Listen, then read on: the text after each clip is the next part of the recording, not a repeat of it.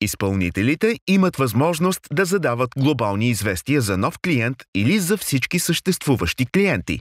Глобалните известия могат да се задават за напоителни показатели, мониторинг на контролера и могат да изпращат предупреждение при възникване на проблем.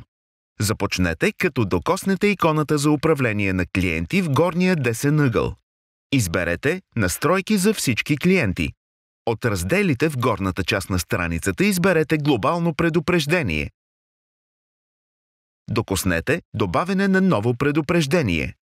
Създаване на персонализирано име за предупреждение. След това изберете типа на предупреждението от списъка с варианти. Електромагнитно окабеляване, откриване на потока при използване на дебитомер, връзка с контролера, сензор за дъжд, пропускане на напояване или предупреждение за безжична връзка с клапан.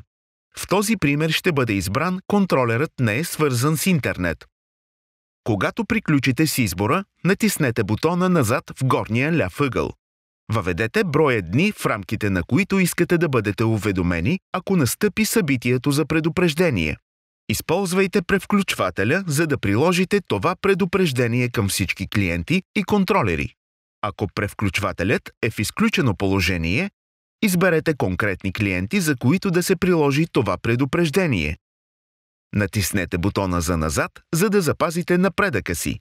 Докоснете полето за действия, за да зададете начина, по който ще се получава предупреждението. Изберете от дневника на събитията уведомление в приложението за желания акаунт, текстово съобщение до предпочитан телефонен номер или имейл.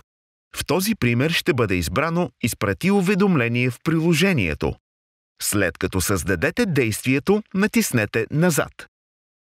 След това натиснете «Запази», за да завършите настройката на глобалното известие за клиента. На страницата с настройки за целия клиент може да видите всяко зададено клиентско известие. Подробностите се показват с докосване на стрелката за разширяване. Докоснете назад, за да се върнете на началната страница за управление на клиенти. За да научите повече за видовете известия, посетете уебсайта на Hunter.